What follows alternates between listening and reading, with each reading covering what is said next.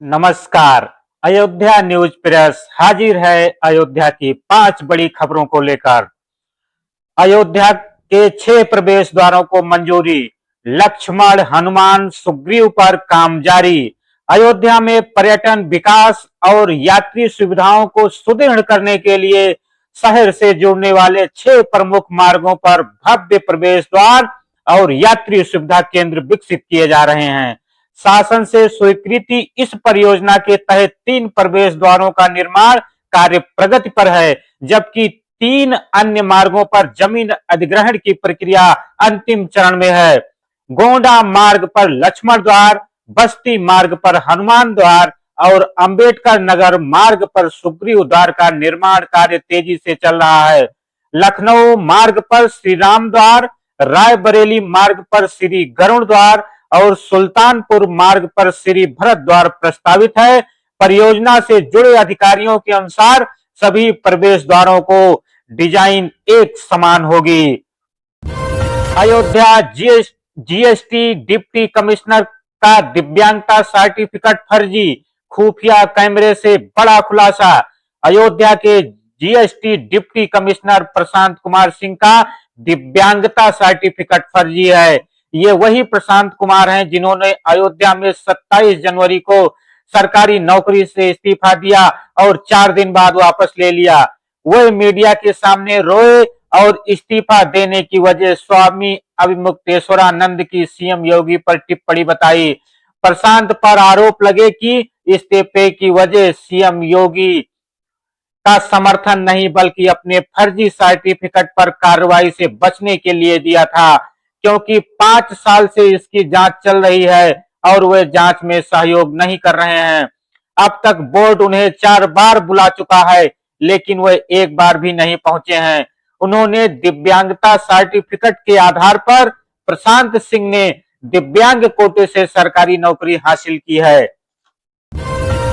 अयोध्या के सुपरवाइजर ने सफाई कर्मी से किया रेप। अयोध्या कोतवाली क्षेत्र में महिला सफाई कर्मचारी ने अपने सुपरवाइजर समेत 3 लोगों पर रेप और इसमें सहयोग करने का मुकदमा दर्ज कराया है। बाराबंकी की रहने वाली पीड़िता ने नगर निगम में सफाई कर्मी के सुपरवाइजर सलमान, रेखा और नाजिम के खिलाफ मुकदमा दर्ज कराया है। पीड़िता ने बताया कि वो अयोध्या नगर निगम में सफाई कर्मी है, उसका पति उसी में काम करता है। उसके सुपरवाइजर ने कई बार मजदूरी मांगने पर नहीं दी। उसकी मजदूरी दिलाने के बहाने रेखा उसकी सलमान के पास ले गई। सलमान उसे राम कथा पार्क स्थित अपने दोस्त नाजिम के कमरे में ले गया। नाजिम ने बाहर से दरवाजा बंद कर दिया। इसके बाद सलमान ने उसके साथ रेप किया। बाद में सलमान व उसकी पत्नी ने उसको धमकाया भी। 3D टेक्निक से राम मंदिर के दर्शन कर सकेंगे श्रद्धालु। अयोध्या में आस्था और आधुनिक तकनीक का अनूठा संगम देखने को मिलेगा। अब देश विदेश से आने वाले श्रद्धालु न केवल प्रत्यक्ष रूप से श्री राम लला के दर्शन कर सकेंगे, बल्कि अत्याधुनिक 3D तकनीक के माध्यम से भी दिव्य और जीवंत अनुभव प्राप्त कर सकेंगे। राम मंदिर समेत सभी 14 मंदिरों में भगवान की पूजा, श्रृंगार आरती आदि का दर्शन श्रद्धालु डिजिटल माध्यम से भी कर सकेंगे। शाम को बहू से हुआ विवाद, सुबह बिस्तर पर पड़ी मिली सास की लाश। यूपी के अयोध्या में बुधवार को सुबह एक महिला की लाश मिली है।